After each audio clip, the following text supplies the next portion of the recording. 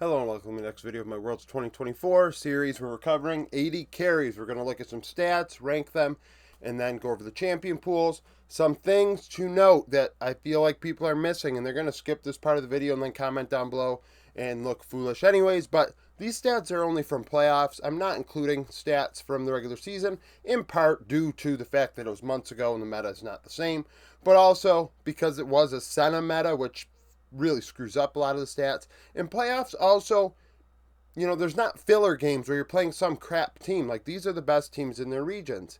I had some minor region people, especially Brazilian fans, upset with how I had Caroca and Adi. I had they were vice versa. And there's a rivalry deal there, I'm sure, between Latin America and Brazil. So, that's going to happen. But the fact of the matter is, they're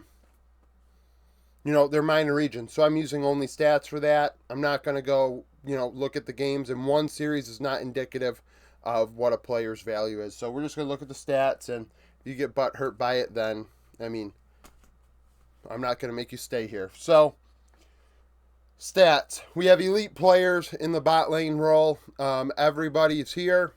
I'm just fishing with that one. We'll see somebody bites. But either way, we have these guys here. Viper, Guma, and Tomo all played Senna once or twice. I think they all played it once. And then Shogun played Nautilus twice, and we're going to talk about that in the champion pool video and reiterate that. But keep that in mind when we're looking at stats, that some stats are going to be off because of that. So KDA pays 7.4, great player. A young stud doing a great job at this level of play. I always say Pace is going to be one of the best ever when it's all said and done. Elk 7.3, dominant, strong player, high ROI, split after split. Betty of PSG, simply don't die in the bot lane role. Low resource. I think his gold share was one of the ones I cited in my outlier video. Playing a solid brand of League of Legends that's very consistent. Lower end, Guma, 2 KDA during LCK playoffs. He struggled a lot for a KDA player. Shogun, 2.5. Difference, he's very aggressive, like Supa. Very aggressive players, and they're going to have low KDAs as a result, 2.4, 2.5. CS per minute, aiming, heavy resources, 10.4. D plus Kia feed aiming all of their CS. Masu, 10.1. Noah, 10.3. Also 2 CS hungry 80 carries. Lower end, Yeon 9.1, Tomo 8.8, and Marble 8.8. And keep in mind, Tomo had the Senna game. Yeon may have had a Seraphine game. Marble, I don't think had either. So, that's why I kind of had my reservations about the bot lane duo with the Japanese squad going to this event. But Tomo and Yeon, lower resources towards the 80 carries in the LCS. Kill participation. So Viper and Pays around their team for more than 3/4 of the squad's kills. That's huge. They ensure that those two are going to get assist gold, kill gold. They're very involved. Those teams fight around their 80 carries and bot side of the rift heavy. We saw it in my video about damage and gold as well, especially with HLE, that Doran and Peanut are not nearly as relied on in the damage department. And then you have Cheaton for Pain Gaming, also very high. And I know when Revolta and Talkers looked at my content, there was a slight discussion about how Pain Gaming plays around each other. And they were looking at other teams and things like that to try and figure out, what, if this was, uncommon. And really it is. You look at this list. There's some 70s in there, but there's plenty of 60s. And it just shows you 2 out of every 3 versus 3 out of every 4. There is a difference between how these teams fight. Lower end, Gumayushi. So T1 fighting all around the rift, not necessarily along the bot side. 62%.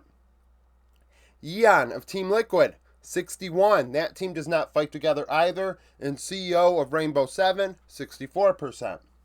ROI, who's dealing the most damage relative to the gold they're receiving. So if a player doesn't get a lot of gold, because I heard somebody, I think it was about Guma, someone says, well, he's low econ, that's why he doesn't deal a lot of damage. Well, the algorithm still, the math remains the same. if he doesn't have a lot of gold and he's still dealing a decent amount of damage, the ROI is still going to be good. You know, like if you have low gold and still deal a lot of damage, it's going to make ROI look really good. So if you have a lot of gold, no damage, it looks bad. That should make sense. So Viper 1.77, very high in the damage divided by gold. Shogun and Chiton 1.77, and Chiton leads at 1.84. Going into this event, the Brazilian AD carry is the most efficient when it comes to damage relative to gold, and that's in part due to how involved he is, Viper as well. But Shogun, 65%. So that's closer to the bottom than it is to the top, right? In kill participation and how involved Shogun is. But that's how much damage he's dealing when he is involved in fights. And I'm a big Shogun supporter if you're new to the channel. And if you're not new to the channel, this is repetitive. But, I mean, I got into an argument actually with some Vietnamese people in the comments of that Vikings video about how much I think Shogun should not be in Vietnam anymore and should be in a major region. But apparently there's some BS about that going on. Now, lower end of things. Light, Hansama, and Noah. All around 1.5 ROI. Lower end of things. Hans, G2, not getting a lot of damage out of the bot side. Noah, not a surprise, because Noah, although he leads in solo kills, which you'd think, oh, it's an 80 carry, but 6 solo kills in 12 games is actually a high clip for anybody. And then you'd think he's not aggressive, but actually 1.5, he's not aggressive, but yet finding ways to get solo kills. It's a weird situation. Light 1.5 though for Weibo, which is a shock because you see it, Elk is 1.71, a little higher. And a lot of people are putting Light in a echelon that's like one below Elk, but he's not really dealing the damage relative to that.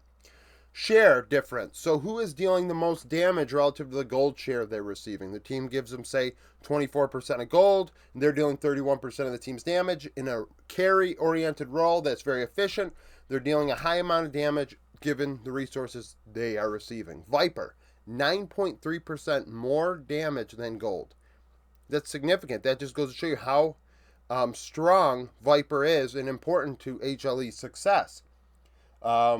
Chiton 5.7 and Tomo 7.6. So we think of this 8.8, lower on the gold spectrum for Tomo, right? He's not getting a lot of gold. That's why the ROI is 1.74, so just a little less than the 1.77, but 70% KP, which shows involvement. I had somebody not happy. I think that I had, Frescowi and APA's KP listed very lowly based on the way they play. And APA still gets gold, so it's fine, but Frescowi does not. And I said, well, you have a low KP, well then this number should be higher. This number should be higher, right? Because you're getting vision. You're doing something. If you're not fighting, you're not getting kills when your team is, then you have to be creating pressure or doing something else. And if you're getting turrets, then you would be getting gold. So we see that. And if we don't, then what are we doing? Like, it's as simple as that. Oh, well, he's just creating pressure. Creating pressure to me doesn't mean anything unless there's something coming from it. And there's always a number to represent what that means. Unless a player allows the other team to get in their head. In which case, that's something totally different. And, that is what it is. Emotions are a thing, but we don't want people getting in each other's head. Light, 2.3%. So he's not really dealing all that much more damage than the gold he gets. Marble, 0.6. CEO, 0.8. So Marble and CEO, very weak on the bot side of the rift when it comes to damage share. And Rainbow 7, deals so much damage that it's a little weird, their situation anyways. Marble, I guess, similar boat in that regard. Vision efficiency. Who's getting the most vision per ward? 80 carries, a lot of Ashe games in here, and that's going to affect it. But everybody on the board is capable of picking Ashe. So does that mean one guy is being treated different than the other? Yes and no. The way a team decides to play will change things. Ashe, in my opinion, I guess we'd have to really look at the numbers, but Ashe just doesn't seem as a heavy damage dealing 80 carry relative to some others in the meta. So that should be reflected elsewhere. They should be lower in other categories if they're taking a more weak side supportive 80 carry in Ashe. So, vision efficiency, Jackie Love, 3.32. We saw Jackie and Mako week after week in my LPL All-Pro videos, leading in vision efficiency combined. That's not a surprise. Hansama, 3.43. G2, finding efficient vision as well. And then Supa, 5.5. By far the most efficient AD carry in vision. Whether he's using his hawk shots appropriately or he's finding ways to place wards and actually catch people out.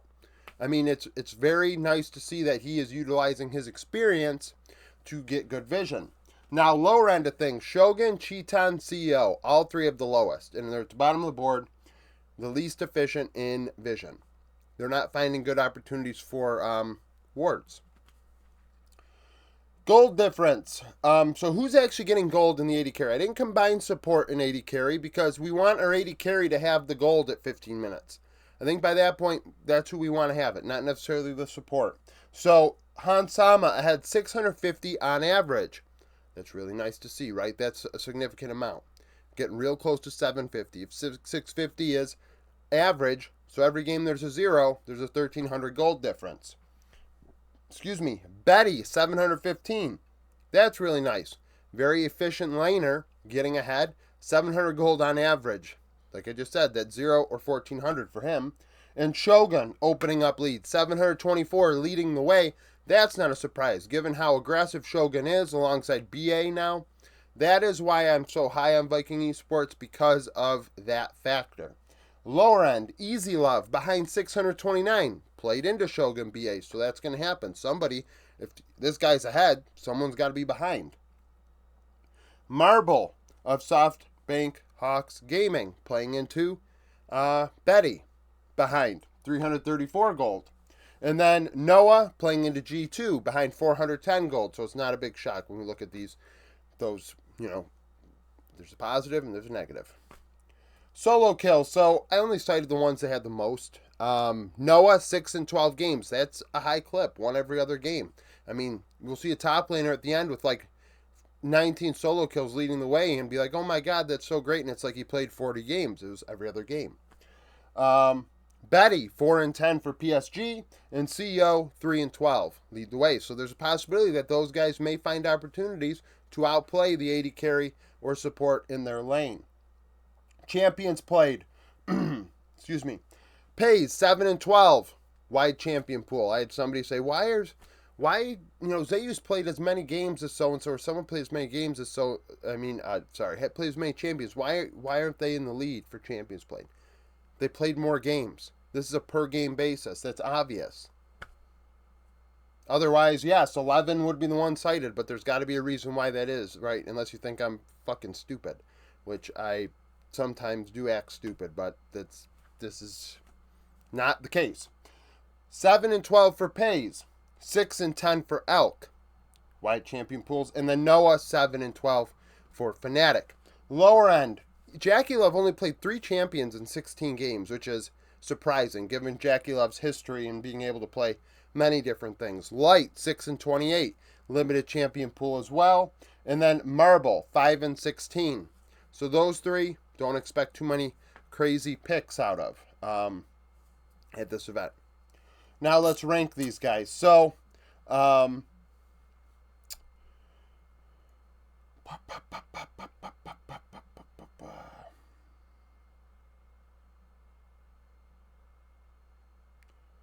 starting 20th, we're going to go CEO and then Marble 19th.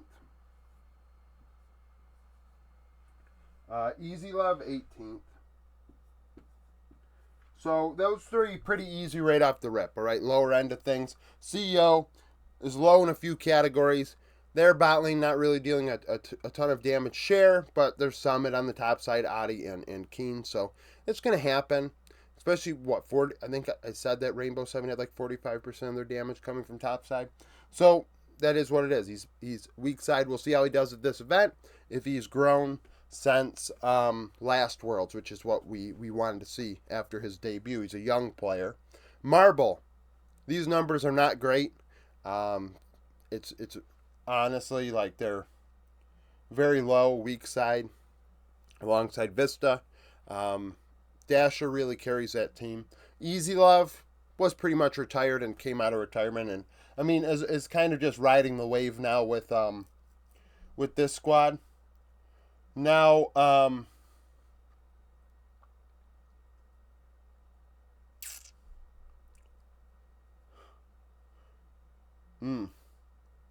next is tough because like I'm not a massive Tomo guy, so 17th for Tomo, 16th for Cheeton. So the reason why I'm doing both at the same time is those are the two that I'm really debating through. Tomo, great summer run there, giving him all the credit in the world, high damage. I mean low resources, but dealing a good amount of damage here. It's just that I've seen a lot of games where Tomo was not very strong, and that's probably affecting things. And I want to just use stats, but Cheeton, leading in KP, leading in ROI, very high in damage share. Cheeton has been at these events before. I think Cheeton will be fine. Pain Gaming, we'll see how well they do. But in the end, I think 100 Thieves, they're going into this event and they just need to come away with some sort of learning experience here. Now,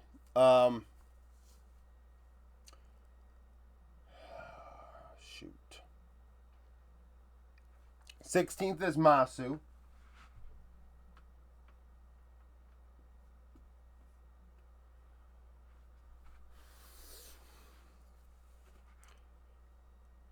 Just come away with something. Be better than you were last time. Masu has a very bright future. 16th is probably the lowest I'll ever have him on one of these boards. He has a lot of potential. He's very involved. High farm. Alongside Busio, that's a very, very bright spot for LCS. And that's not to say Masu's a bad player. There's a lot of middle range AD carries at this event like that we kind of just got to sift through and work through. Because these top 8 here from the East, they're very good. And they're very similar. There's a few of them that are just like, okay, pick your poison on which way you want to rank them. But after that, it's like there's some experienced guys and there's some that aren't. So yeah, that is what it is. So Masu 16th. And the thing is, like, I'm going Supa 15th.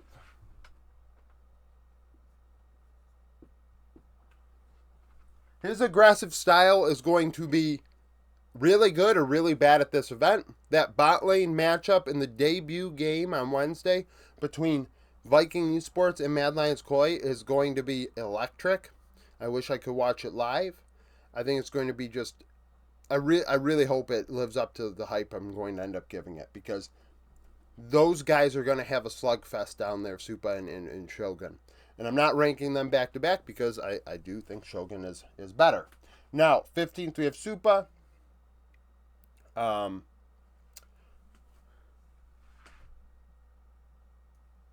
14th is Yeon. 13th is Betty. 12th is Noah. So, I'm not Noah. Yeah, Noah. So, Yeon, I think, is slightly worse than Betty. Betty showcases in the PCS a very consistent brand of League of Legends, and so does Yeon, but Betty does it at a higher level. I think we've seen him in the LPL do very well on RNG as well. These stats, though, I mean, look at the KDA, super strong. Yeon, low in resources, low in involvement, and you'd say, well, the team plays this way and that way, and like I just said, if your KP is low, your CS should be high, or something needs to be happening here. Where's the vision? Where's this or that? Alongside Core, that's good. They open up a 400 gold lead. That's good. These guys, I think you could rank in any order. It's just kind of off the cuff is what it is. I think Betty, though, very strong, won't screw up.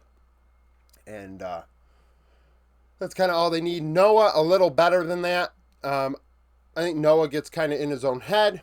I know some people like to include mental aspects to this. I try not, because I don't have the mental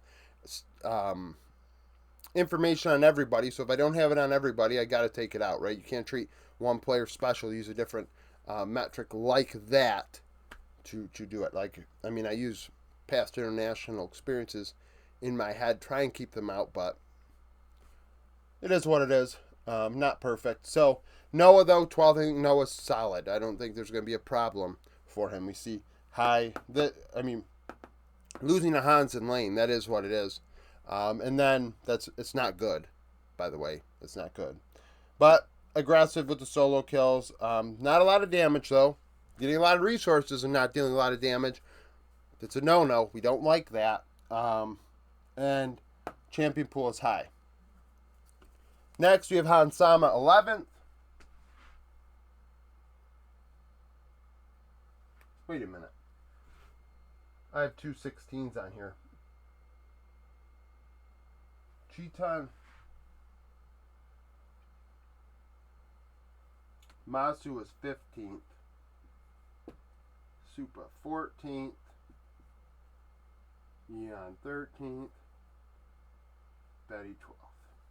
Hans 11th. Nope. 12. Noah's 11th. Hans is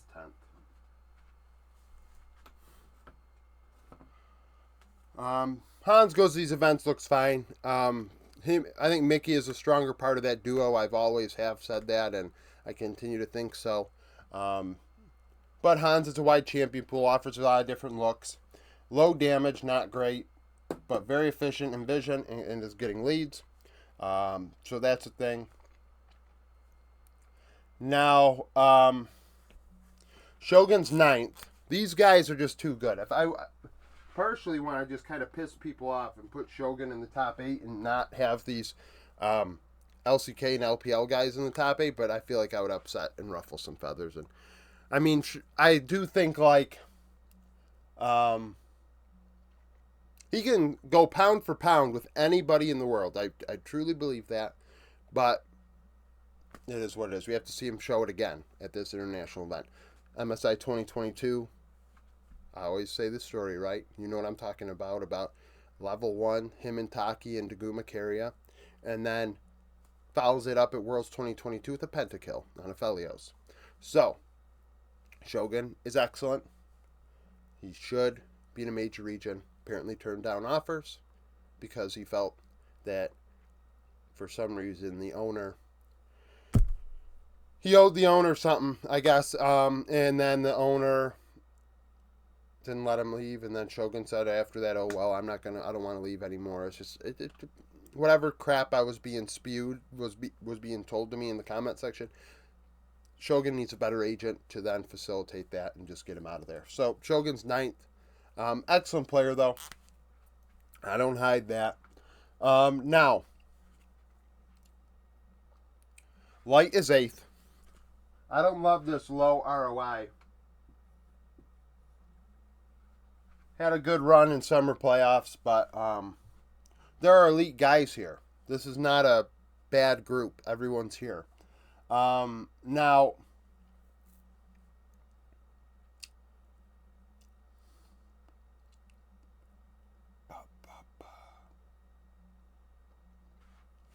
next will be Jackie 7th.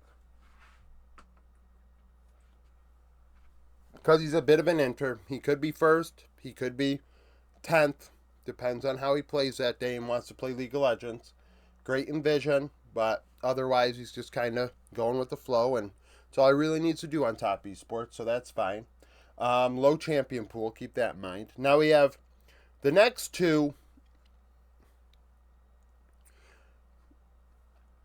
on the list here.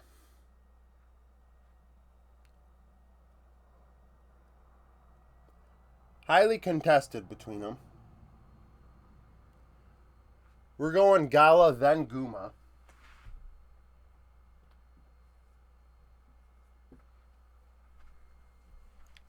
A lot of T1 fans get kind of upset and ruffled feathers if their guys aren't 1st, and that's the part of like fanatical part of it that we don't really love.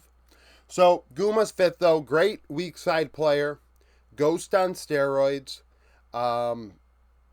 In my opinion, maybe just because of the team, we don't see him hard carry as much, and just kind of does his job and does it at a high level. Great KDA player, steals objectives, which is nice. But I mean, just we know Guma's an elite player. It's just like these guys are really good. There's a lot of really good guys players at this event. Gala, 6th. Gala's had a really strong playoffs in my opinion. He's not a slouch. He does his job. But Guma, I think, is slightly better. I know we argue in the Discord about Guma Gala all the time. We have big Gala fanboys and we have Guma fanboys. So that just is what it is. It is what it is. Then the top 4, aiming is 4th. And this is where aiming should have been LCK Summer MVP. His stats, if they were Pays' stats or Viper's stats or Guma stats, he would have been MVP. There's reasons for that off the rift, I'm sure, are affecting those. And I mean, you did it. So you did that. So that's going to happen. But just looking at it on the rift in a box, you should have been MVP. Hard carry. 1v9 for D plus Kia. Give him all these resources, and he dealt a solid amount of damage. The ROI does not reflect that because he got so much resource. I mean, it was insane how many resources he was getting. So that's the thing, and it doesn't help that they have Moham alongside him now. I had somebody, a D plus fan, say that Moham is better in team fights than Kellen. That's why he's here. But Moham had like a 58 kill participation between playoffs and regionals. And if you have a 58% KP as a support, that would indicate to me you are not involved in the team fights. You're dying before the team fights begin. It's not like you're going in on Rel, dying, and then the timer times out, and then the Rel still has value, and you don't get an assist because you're dead, and that does not compute to me. So that's a thing. I think aiming's being kind of screwed right now by having Moham alongside him. I mean, Kellen isn't the best player in the world, but I still think he's top 10 to a dozen, and nobody's actually been able to disprove that. They always just say he's bad, but then I say, name 12 guys better, and then they don't. And then I say, just keep in mind that that's only the top, like, 25% roughly in the world, which would be good. That would not be bad. Your metrics are delusional. Next, we have Pays 3.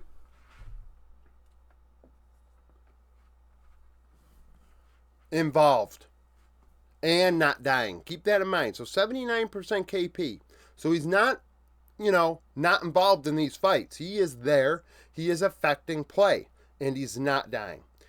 That's the thing. Like, you can have a KDA player, but if they have a 60% KP, you're going to be like, well, they have a 60% KP. They're not involved. It's pretty easy to stay alive if you're not in the fight. But Pays is in the fights, and he's alive. So that's a thing. Elk 2, Viper first.